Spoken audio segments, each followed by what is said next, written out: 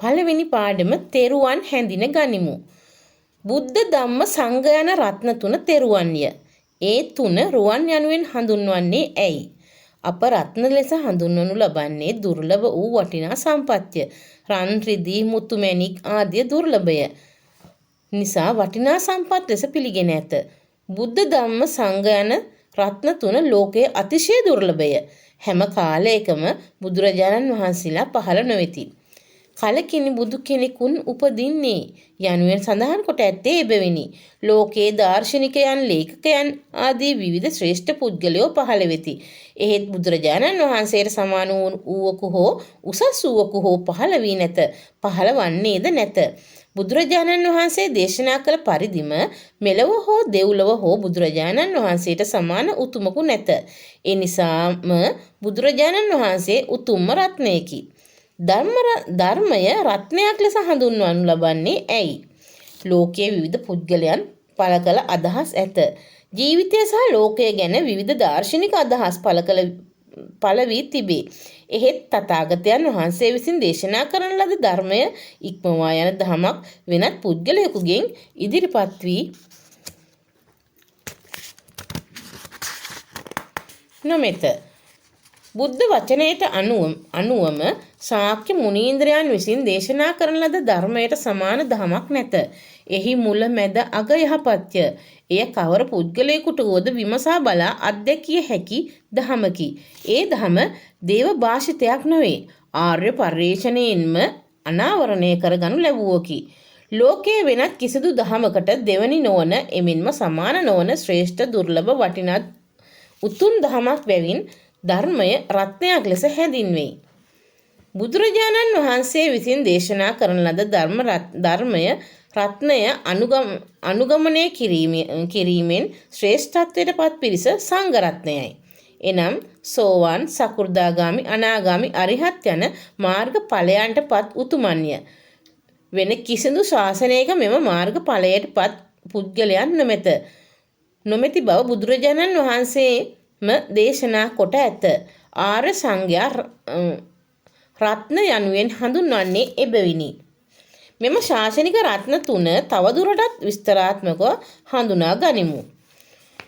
බුදුරජාණන් වහන්සේගේ චරිතය මෙන්ම උතුම් ගුණ සමුදායද මෙහිදී හඳුනා ගැනීම අතිශයින්ම වැදගත් වේ.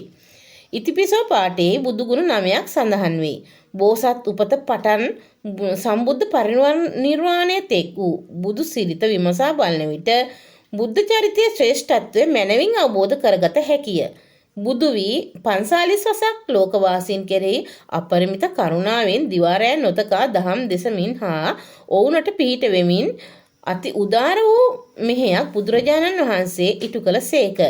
දෙව් මිනිසුන් ඇතුළු ලෝකවාසීහු බුදු සිරිත ආදර්ශයට ගැනීමත් ධර්මය අසා ජීවිතය හැඩගස්වා ගැනීමත් නිසා නිවනින් සැනසීමේ මඟ හෙළි කර ගත්හ.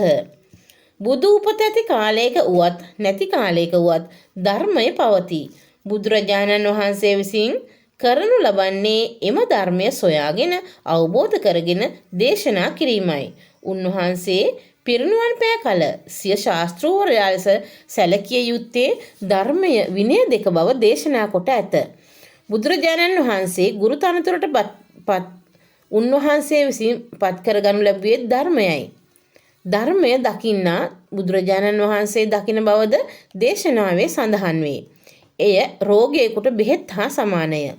ධම්මෝ භවේ රක්කති ධම්මචාරී යන ගාථා පාඨයට අනුව ධර්මයට අනුව ජීවත් වෙන්නා ධර්මයෙන්ම ආරක්ෂාව සැලසෙන බව සඳහන් වේ. සම්බුද්ධ ධර්මය තරම් උතුම් ධමයක් ලෝන මෙත. ධර්ම දානය සියලු දානයන් ජයග්‍රහණය කරන බව සඳහන් වෙයි. සබ්බ දානං ධම්ම දානං දිනාති යන ගාථා පාඨයෙන් පැහැදිලි වේ. ධර්මයේ ගුණ 6ක් පිළිබඳව ස්වාක්ඛාතෝ භගවතා ධම්මෝ යනාදී පාඨයේ දැක්වේ. ධර්මය පිළිබඳව අවබෝධය ලබා දෙලොව දියුණුව සලසාගෙන නිවනින් සැනසීමට අපි ක්‍රියා කරමු. බෞද්ධයන් සරණ යන තෙවන රත්නය සංඝරත්නයයි. සංඝ වචනයේ තේරුම සමූහයයි. මෙහිදී මාර්ගඵලලාභී සංඝ සමූහයා අදහස් වෙයි. ගිහි ගෙයින් නික්මී පැවිදිව තම විමුක්තිය මඟ සහ මහජනතාවගේ විමුක්තිය වෙනුවෙන් උන්වහන්සේලා ක්‍රියා කරති. මහා සංඝ රත්නය බුදුරජාණන් වහන්සේ ආදර්ශයට ගෙන ආදර්ශවත් චරිතයකින් යුක්තව ලෝක සත්වයා සුමගටද යොමු කරවති.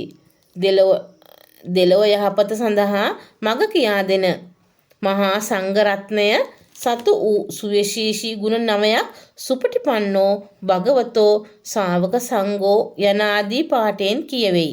උන්වහන්සේලාගේ චරිත මෙන්ම ගුණ ධර්මයන්ද ආදර්ශයට ගෙන දිවි මඟ සාර්ථක කර ගනිමු. තෙරුවන් සහ තෙරුවන්ගේ ගුණ හැඳින එම ගුණ ආදර්ශයට ගෙන ක්‍රියාකොට උතුම් ඵල නෙලා ගැනීමට උත්සාහ කරමු.